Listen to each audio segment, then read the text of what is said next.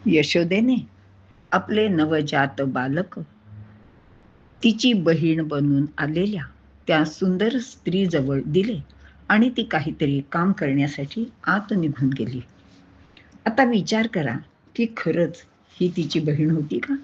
तिने सांगितले होते की मी तुझी बहीण आहे, पण यशोदा बिचारी भोळी आणि तिने विश्वास ठेवला आणि आपल्या बाळाला तिच्या मांडीवर दिले. आता विचार करा की खरंच ही नवीन आलेली स्त्री कोण आहे बरे? तर आपल्याला माहिती आहे की कंसाने भगवंताला म्हणजे कृष्णाला मारण्यासाठी पाठवलेली ती पूतना राक्षसीण आहे आणि ती गोकुळात आली आहे. आता ही पूतना पूर्वजन्मी कोण होती ते पाहूया. ही पूर्वजन्मी रत्नमाला नावाची बळीराजाची मुलगी होती.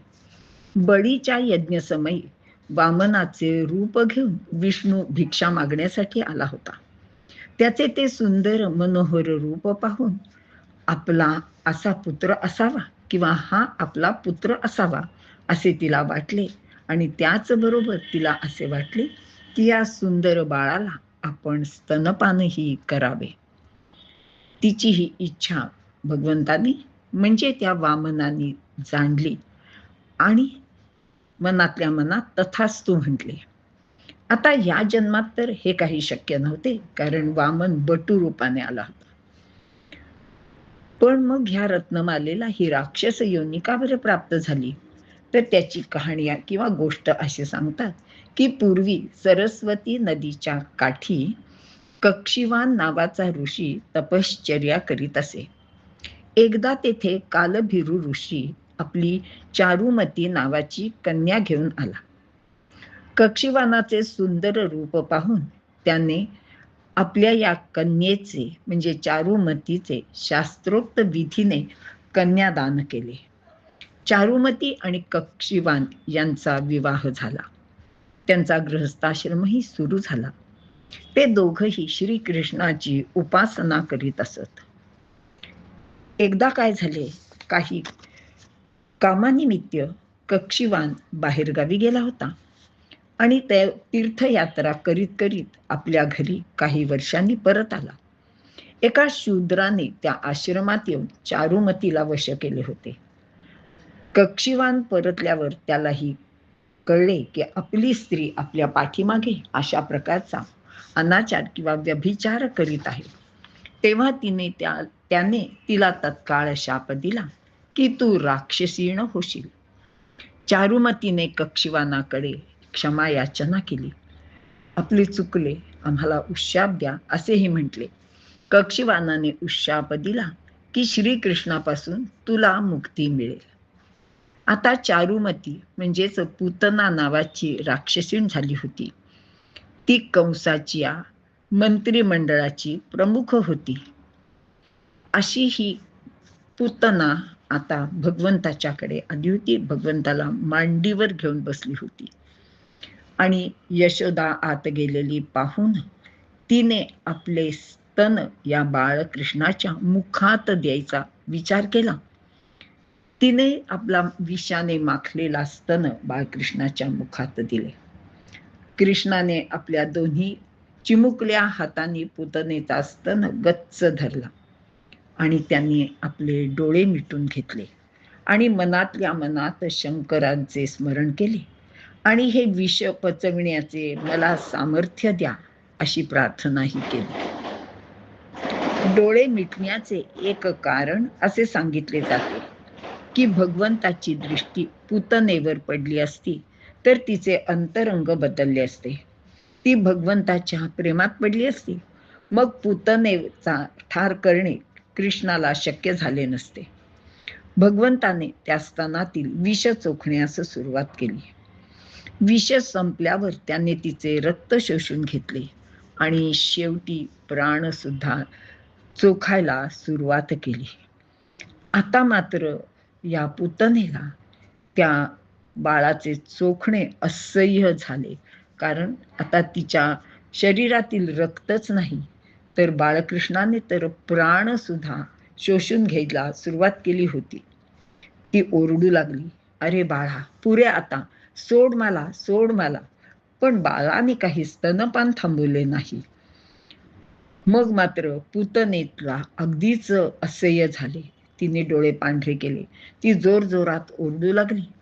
तिने आपले मायावी मोहक रूप टाकून दिले आणि मूळचे राक्षसी रूपही प्रगट केले. हात पाय आपटून आपटून ती थोड्याच वेळात गत प्राण झाली. आता तिचा आरडाओरडा ऐकून यशोदा आणि इतर गोपिका धावतच बाहेर आल्या. त्यांनी पाहिले की ती जी सुंदर स्त्री आली होती ती कुठेच दिसत नाहीये आणि तिच्या ऐवजी इथे खूप मोठी एक राक्षसीण मृत होऊन पडली आहे आणि तिच्या त्या धिप्पाड छातीवर हा बाळकृष्ण अगदी शांतपणे पहुडलेला आहे. घाबरलेल्या गोकुळातल्या त्या गोपींनी पटकन अगदी लगबगीने बाळकृष्णाला उचलले आणि मग काय, त्यांनी ते बाळ आपल्या हातात घेतले. यशोदेने बाळाला घट्ट हृदयाशी धरले. बाळाला पिशाच्य बाधा होऊ नये म्हणून आणि सर्व प्रकारचे जे काही अरिष्ट आले आहे ते नाहीसे होण्यासाठी बाळाची नजर काढण्यास सुरुवात झाली. कोणी गोमूत्र आणून बाळावर शिंपडू लागले, कोणी गाईचे शेपूट बाळाच्या अंगावर फिरू लागले, तर काही जणींनी तर बाळाला गाईच्या पोटा घालून घालून दोनदा तीनदा फिरवले. म्हणजे आपण ते नाही का गोविंद घ्या गोपाळ घ्या करतो पाळण्याच्या वेळी, तसं सुद्धा केलं. आता ज्याच्या स्मरणाने खरे तर भूत पिशाच्य यमदूतही पळून जातात, त्या ब्रह्मांड नायकाला पिशाच्य बाधा होऊ शकत नाही. पण हे त्या गोपिकांना कसे कळणार? त्या मात्र सर्वजणी ह्याला पिशाच्य बाधा होऊ नये, ह्याला कोणाचीही दृष्ट लागू नये म्हणून प्रयत्न करीत होत्या. आता ह्या त्रैलोक्य नायकाला मात्र काहीच पर्याय नव्हता, कारण त्यांनी पुत्र रूपाने आता इथे अवतार घेतला होता. एवढ्यात एक अगदी वयोवृद्ध गोपिका पुढे आली आणि ती म्हणाली, अरे काय चाललंय काय तुमचं? बाजूला व्हा बरं सगळ्याजणी. बाळाला कशाला त्रास देता? बाजूला सरका. मला सर्व बाधा दूर करण्याचा मंत्र येतो. मी बाळाला विभूती लावते आणि मंत्र म्हणते. मग तिने बाळाला मांडीवर घेतले आणि मंत्र म्हणून त्याला विभूती लावली. याप्रमाणे विभूती मंत्रून त्या गोपीने बाळाच्या कपाळाला सर्वांगाला लावली आणि काय आश्चर्य, ते बाळ म्हणजे भगवान श्री कृष्ण अगदी गाढ झोपून गेले. आता ह्या पूतनेचा हा एवढा मोठा जो देह पडलेला होता तो बघून पहिल्यांदी तर सगळे गोप घाबरूनच गेले होते. पण आता ती मृत होऊन पडले हे लक्षात आल्यावर त्यांनी त्या अवाढव्य मृत शरीराचे अवयव कुऱ्हाडीने तोडून वेगळे वेगळे केले आणि त्याची दुर्गंधी सुटू नये, गावात त्याचे प्रदूषण होऊ नये यासाठी ते सर्व तुकडे अगदी दूर गावाबाहेर नेऊन जाळून टाकले.